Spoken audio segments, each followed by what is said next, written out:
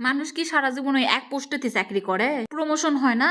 আমারও প্রমোশন হচ্ছে। আগে ঘর মুছার জন্য ঘর ঝাড় দিচ্ছ না, এখন শোরুম মুছতে হবে, শোরুম ঝাড় দিতে হবে। তাহলে প্রমোশন হলো না?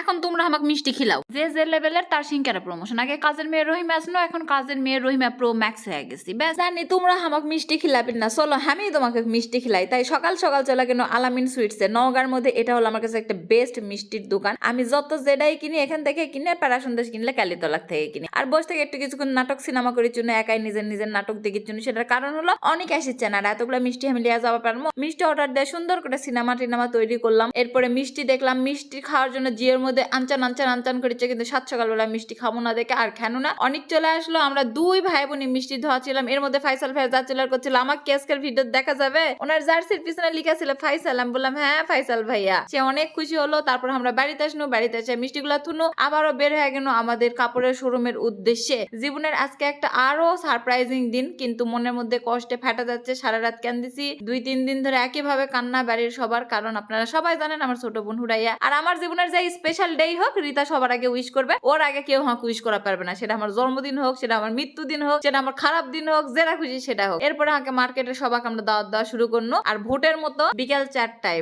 কয়টায়? বিকেল 4টায়। এই হয়েছে একটা ডায়লগ, সারাদিন ওই ডায়লগ আমাকে দেওয়া লাগছে। এর মধ্যে আবার একটু আসলাম, এর মধ্যে কাস্টমার আপুরা আসলো, তাদের সাথে আবার কথা বললাম, প্রোডাক্ট দিলাম, আবার দাওয়াত দিবার গেল। সব থেকে মজার বিষয় হলো কি জানেন, সবার এত ভালোবাসা পামো এটা আমি বুঝাই পারিনি গো। এদিকে সাজানো রেডি হয়েছিল না, রাতের বেলা সেলিং সাজাছিল, কিন্তু এখনো পর্যন্ত এই রেলিং টেলিং কিছু সাজানো হয়নি। আবার এগুলো সাজালাম, অনেক গাছের পানি দিল, আমি আবার আয়না টাইনা পরিষ্কার করে ধরলাম। মানে পরিষ্কার করতে আমার যে ভালোটা লাগে, অন্য কোনো কাজ আমার এত ভাল লাগে না।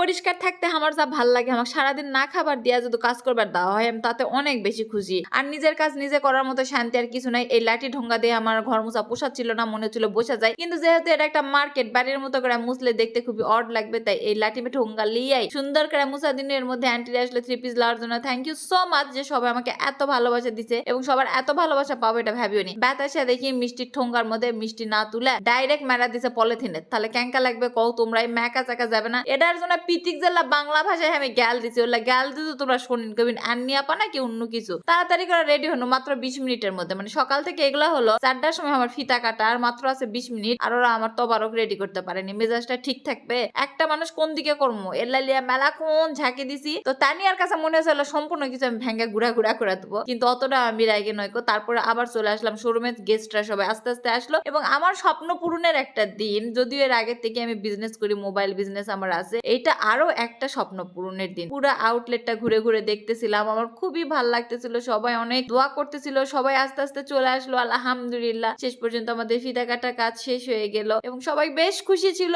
আমার উপর বিশ্বাস ছিল, আন্নি আপু আপনিই পারবেন, আন্নি তুমিই পারবা, তুমি আমাদের গর্ব, তুমি আমাদের বিশ্বাস, তুমি আমাদের আস্থা, তুমি এখন আমাদের এক্সাম্পল। তো সবার এইসব কথা শুনে আসলে আমার নিজেরও অনেক ভালো লেগেছিল। সবাই আমাদের জন্য দোয়া করবেন, আমরা যেন আপনাদের ভালো সার্ভিস দিতে পারি এবং যে বিশ্বাসটা আমার প্রতি আছে সেটা রাখতে পারি। আজকের ভিডিও এত পর্যন্তই। আল্লাহ হাফেজ।